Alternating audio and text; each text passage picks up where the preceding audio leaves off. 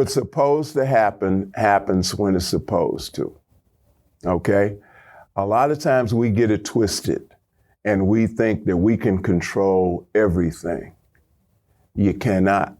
You're not supposed to. We're actors in a play that we've never read the script for. We don't know what our next move is or where we're supposed to go or what we're supposed to say. But understand, somebody much bigger and badder than you is in charge of all of this. This is a journey. Let me take you on a journey.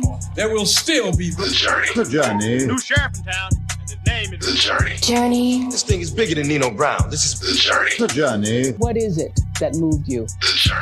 The journey. The journey. The journey. The journey. Welcome back to another episode of The Journey.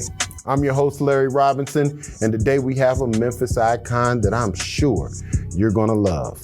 But first, let's get to our quote, because the quote really applies to this individual. And it comes from my hometown great, Muhammad Ali. And it says, "Service to others is the rent you pay for your room here on earth." This Memphis icon does a tremendous amount of service. Memphis has his fingerprints all over it. I'm talking about none other than Howard Jr., as many of y'all know him, a lifelong Memphian, graduate of Catholic High, he corrected me earlier, and Lincoln University in Pennsylvania. Many don't know, the brother can swim. He's a swimmer, was a lifeguard. He's been a tremendous mentor to many business people throughout the city. He's a writer, an author, musician, entrepreneur, a phenomenal friend. He's a Noop, a member of Kappa Alpha Psi. He's a father and a great husband. Without further ado, please welcome my big brother, Howard Robertson. What's up? What's up, Captain? Who are you talking about, man? Oh, some other cat. Icon. Well, I'm looking at this suit, brother. Boy, you looking Like good, this- man. like this- Whoa, whoa, whoa. Winfield. Shoot, I feel Carl Winfield, downtown I feel Memphis. underdressed, man. Well, you should. All right, so let's get to it.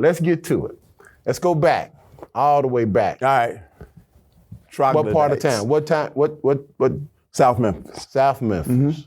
Tell me a little bit about home in South Memphis. Home in South Memphis was quite phenomenal for me. Okay. First of all, I want to change the context of this. Okay. All right, because I'm going to talk Don't about be coming this. on my show trying to change man. stuff, man. You talking to me? Okay, well, you what ain't you got? much What you got? choice. What you got? What you All got? right, I'm going to change the context because I'm going to talk on behalf of brothers, not just me, but brothers like me that came up in Memphis. I right. mean, you know, I'm a Memphis OG, man. Right, I agree. They came up in Memphis in the 50s and 60s, like I did, and it was a much, much different place. Okay. But the village, what you're talking about, my neighborhood and other neighborhoods around Memphis, black neighborhoods around Memphis like mine, were phenomenal villages. Okay. Phenomenal villages. We had, first of all, highly functioning. Okay. Highly functioning. What was the household like? My Your household, yeah. My parents were both college educators. As a matter of fact, my grandparents and my parents both met at Lemoyne College. Wow. My parents met when it was, my grandparents met when it was Lemoyne Normal So you School. was a third generation college graduate, Fantastic. Actually, Okay. yes. Okay, So, quick question, because we're going to get to the details. all right. Who in young Howard's life made the biggest impact outside of your parents? Ooh. Biggest impact on young Howard's life outside of his Howard Jr. Little Howard, as Ms. Buford used to say. Outside of my parents, does that include my grandparents too? Because my grandmother and my grandfather, my mother's father and my daddy's mother. Okay, tell me about them real quick. My mother's, well, first of all, my mother's daddy, my grandfather, man named James Donahoe. Okay. He was actually one of the first first African Americans hired to be a postman. Wow. Back in circa 1920 or so. Okay. And that was as a result of a deal that Woodrow Wilson had with Robert Church Jr. What impact did he have on you? He had a tremendous impact on me. He was also the church organist. And I think my love and musical DNA came from him because between he and my mom, they played organ in our church for a total of about 83 years. And now you picking it up now. Wow. And I Once never again, played in church before. One of those points of service. I want to make some points, giving back. So he gives back to church every Sunday as one of the organists at the church. And then Annie Mae Johnson, my daddy's mother, okay, who my nana. And she raised me basically because both my parents worked. My daddy was a postman. My mama was a teacher. Okay. And you know, back in the day, that was halfway to Negro rich. Y'all the Huxtables back then, boy. Y'all the father is a postman and a mama that's a teacher. Yeah, but it was very, very cool. But wow. They had to work during the week, and so. On Sundays, they would take me to my grandmother's house. Okay. And I would be there all week. So what from your grandmother did she leave you with? Basically that, how to treat people. How to talk to people. Okay. And confidence. My grandma was fierce. Really? She, hold on, wait a minute, hold on. We're going to get into the details. Right. But okay. How different are you from the person you dreamed you would be as a young kid? I don't know how I dreamed I would be how different than I thought as a young kid I'd end up, because I was in band since I was 12. I thought I'd end up being a musician. Really? I was supposed to be either the greatest wide receiver the world has ever seen, or the greatest songwriter and musical artist. Well, definitely a writer. Definitely a writer. But shoot, that wasn't to be. So okay. What's your why? What's my why? Yeah, why you get up every day and do what you do every day? To make it better. Okay. What better? Whatever I found. Okay. I think the impact and impression that I seek to leave on the world is try to, and my wife too, is to try to make things better than you found them. I hear you. Is to create ways and create new things that weren't there already. Okay. And ways to make things better, help more people, or whatever it is. Right. Whatever it is that you're doing, do it extraordinarily well. Okay. All right. So this is a question that I always ask when we come into the end of this first segment. And I know you have several stories, but I'd like to ask you, what was the first time that you realized you were a black man? First time I realized I was black, I wasn't a man. Oh wow. Well, hold on for a quick second. Listen, we're going to be right back on the journey where Brother Harvard is going to share with us when he realized he was black. Right after this, stay right there. The Journey.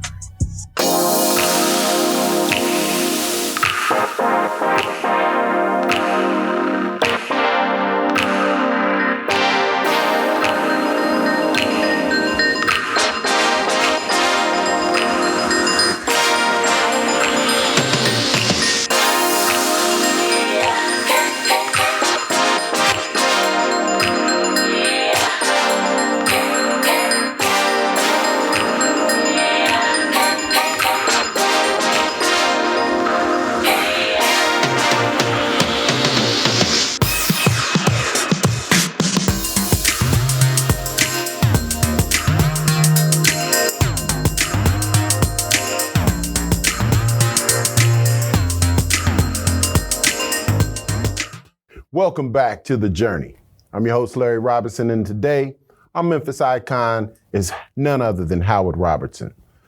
Howard, South Memphis, born and raised, true Memphis icon. So before we left, we were talking about when you realized you were black. Mm-hmm. Tell us about that moment. There was a department store downtown in Memphis back in the 50s called Breeze, B-R-Y-S. And I was about 4.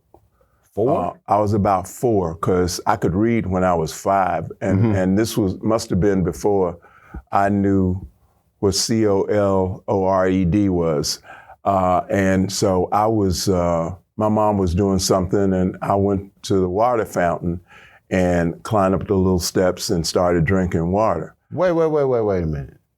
I just got what you were saying. You telling me that you experienced colored and Absolutely. white water fountains? Absolutely. And let me tell you, it's no difference in the water don't taste different? It ain't colored. But no, I was drinking out of the little kid's white water fountain, and I heard this lady go, no, no, no. And it was a white lady that was a store clerk, and she walked over and she picked me up and took me off of the thing, and Lord help, Mary Elizabeth, that's my mama, was standing there watching her, and she never looked at the lady, she looked at me. She said, get back up there. And, I sensed that there was about to be something jumping off. I said, no, I don't want no more water. I don't want no more water, Mom. She said, drink some more water. And she made me drink some more water. And we got put out of Breeze. Wow. So that's when standing outside the door and the police, they didn't have security in the store. They had policemen that they called from outside and they put us out. And that's when I knew it was something different about Do you remember reaction to my complexion. Do you remember your mom, what she said or anything like that afterwards? Well, I was always brought up to be proud and confident about who I was. And so, yeah, I mean, I don't remember exactly what she said, but it was something to the effect of you can drink out of any water fountain you want to drink out of. That's some foolishness. And where did she get that from, coming in an era that's all she probably knew was white and colored water fountains and restrooms and everything else. So where did that come from, that she had the intestinal fortitude to be like, nah? She was the youngest of 3, and she was the most rebellious one. Okay. And she was team light skin. and I mean, it was just her grandfather, not her grandfather, her grandfather's brother was so light skinned that he could sit in Court Square with the white man feeding the pigeons. And if they were instructed as they were riding the bus, that if they looked out and saw him in Court Square, not to blow his cover. Don't speak. Act like you don't know who he is. And she was the one who blew his cover. Hey, Uncle James! Waving at him as the bus went by. Oh, he's like, yeah. I don't know who that little colored girl. I don't know her. Tell me about South Memphis. Let's go back. Yeah. You said the village. Yeah. The village. Now, most of the time, you lit up when you talked about the village. Yeah. And you said you had a great childhood. Yeah. Tell us about one of those moments that might not have been so great in retrospect. Oh. So one of the moments that might not have been so great about the neighborhood? About your life. Just a moment that you was like, my goodness, I done got myself into something here. Oh. This is a story that had a very interesting ending. So I went to segregated schools from grades 1 through 9. Right. And then my folks decided that I needed 2 things in my life, catechism and white people. And so they sent me to Catholic High. Right. When King got killed in April 4th, 1968, I went to, first of all, my parents and I had marched in all of the marches separately. Right. We had shown up separately. We didn't go down there together.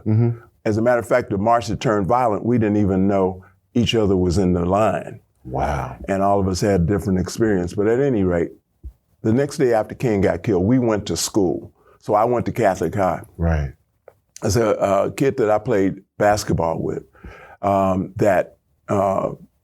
everybody wanted to talk it out in every class. They weren't having class. So we've had a tragedy in our city and all of that stuff. And so the brothers were not talking. We weren't talking. We didn't have nothing to talk about. We were very, very upset and keyed up. Right. And at any rate, this kid white kid that we played basketball with, raised his hand and stood up and said what I know he heard his daddy say at the dinner table the night before. And it went something like, well, he got what he deserved. I'm not sorry he's dead. He was nothing but a troublemaker. He came down here to make trouble, and that's what he got. So, that's the way it goes. And then he sat down, and there were two black guys, me and another guy that played basketball, a friend of mine, Steve. And Steve got his books together, and I said, oh yeah, we're gonna walk up out of here. And I got my books, and we started headed for the door. But instead of going out of the door, Steve made a detour down the row that my man was sitting on. Right. And I don't know what it is that they don't know when something about to jump off. Right. But when a brother, you just said what you said, and a brother is coming in your direction. Right. You need to cover up, square up, or something. Right. Right. He didn't either, and Steve hit him and knocked him out of the chair, put a big gash in the side of his face, and stepped over him. And we went to the office because it didn't take a rocket scientist to figure out where we were going to end up. What happened? What ended up happening is we didn't get put out. Our principal let us go home, let all the black guys go home. But the end of the story is in 2021, in March of 2021, this guy calls me. The guy who said that. You know what he is now? He's a priest.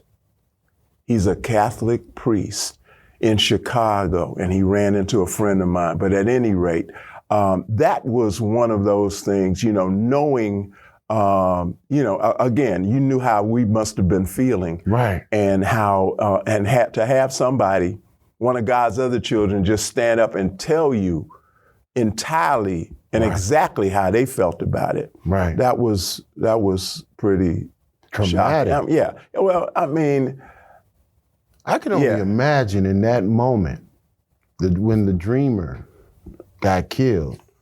I just can't imagine what you would have felt like. And you talk about these acute, these adverse childhood experiences, ACEs. Yeah. You know how I found out about it? The lady that called, our next door neighbor, that called me Lil Harvard. She came running over to our house screaming. When she heard that Dr. King had gotten killed, and we were sitting at the dinner table, and that's how we found out. That must have been so traumatic. A lot of you all's heroes got killed during that time. You had Malcolm X, Medgar Evers. I mean, you guys got real comfortable in a sense. Not comfortable. No. But no. It became it was traumatic. A normal thing. It was traumatic.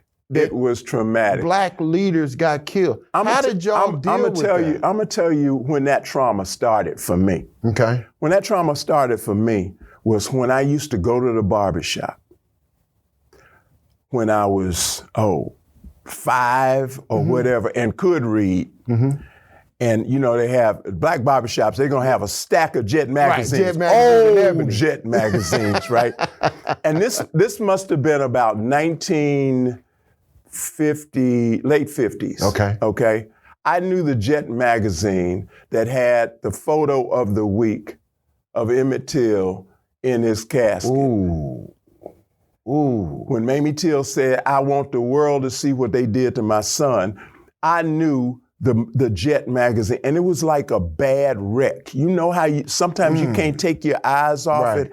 I would be sitting there against that stack of all them old Jets, and every week I was in the barbershop, somehow, some way, I always ended up pulling that one out and opening it to that page because it was so amazing and horrific for me to see a kid a little older than me just totally maimed and disfigured and whatnot because somebody lied on him. Wow. So in your teen years, you going from Catholic high to transitioning to college. What was that like? What was that transition like for you? Because you actually left the city and went several hundred miles away. 1,000. Yeah. 1,057, you want to be exact? So what was that like, being away from home in that distance? It was amazing. It was amazing. I wanted to go a long way from home because I wanted part of my education to be becoming educated somewhere different than my hometown, with people different, raised differently than from the way I was raised. Now, where did that come from? Because being someone that's not from Memphis, one thing I've noticed is that there's a lot of Memphians that stay home. A lot of Memphians stay home, but let me tell you something. Back then, and I want people to understand something. You know, I said I wanted to broaden the context. Right. Back then, young Black brothers and sisters graduating from high school had options. If you did well in high school, you had options. You had options from Ivy League to Memphis State if you wanted to stay home and go, or Lemoyne, or go to Tennessee State, or an HBCU. So why you so had many people options. stayed? Why many people Well, back stayed? then, it wasn't everybody that stayed. A lot of folk went a lot of other places. But let me tell you what that's a testament to. That's a testament to the quality of education in segregated schools, in Black schools. I want anybody to think that just because a school was segregated and all Black, that the education we got was somehow second rate. The only thing that was second rate about our education was anything that came from the Board of Education. Books, desk, equipment, that kind of stuff is because they had to go to the white schools first. So what you saying? But they taught, we could read and write, add and subtract. And so many of my peers and whatnot went away to school, went to Ivy League schools, went to schools all up and down the East Coast, and whatnot, and as well as HBCUs and other places. What role did Memphis play in your development? I mean, you fly to Memphis. Everything. Everything. That's because we were like so many, when growing up in Memphis in the 50s and 60s, we were like so many Forrest Gumps, stumbling into histoing. You know, how Forrest just happened to be there. Right. Just stumbling in. That's the way we were. Think about it. Memphis was essentially the center of ground zero and the center of the universe in so many ways. Right. For Black history, culture, music, name something. Right. No accident that Elvis came out of here. No accident that DIA, the first Black radio station in America, started here. No accident that Stax was here, FedEx, AutoZone, I don't care, Piggly Wiggly, which was the first. It's something special about this place, man. It is. It's what I don't have to tell you. Right. I mean, it's something special. It's in the water, man. At this point in your life, your greatest success? My greatest success was whatever I said in that great South Memphis Mac that allowed me to get my wife. Oh, really? Yes. Was it South Memphis Mac? It was straight South Memphis Mac. What would it sound like? I cannot reveal. You gotta give us some. I have to kill you. I have to kill you. No, I can't reveal. I mean, that's for us, Memphis OGs coming out of South Memphis. We know what to say. All right. My greatest was being blessed enough to find Beverly Ann Cato Robertson. Oh, wow. Okay. And my children. Oh, absolutely. Second, Absolutely. Give us some of your jobs you've held over the years. My first job out of college, I was a publicist for Stax Records, thanks to the great. You didn't have no jobs before out of college? Oh, no. Well, First give job. us a spectrum. Okay, my very first job was being 12 years old, playing saxophone in a band with some grown men and getting paid Really? $25, $30. I would have played for free, Larry. Right. But Lord, back then, And man, a young kid getting that kind of dough? yes, sir. Oh, wow. Give me another one. Let me see. Lifeguard.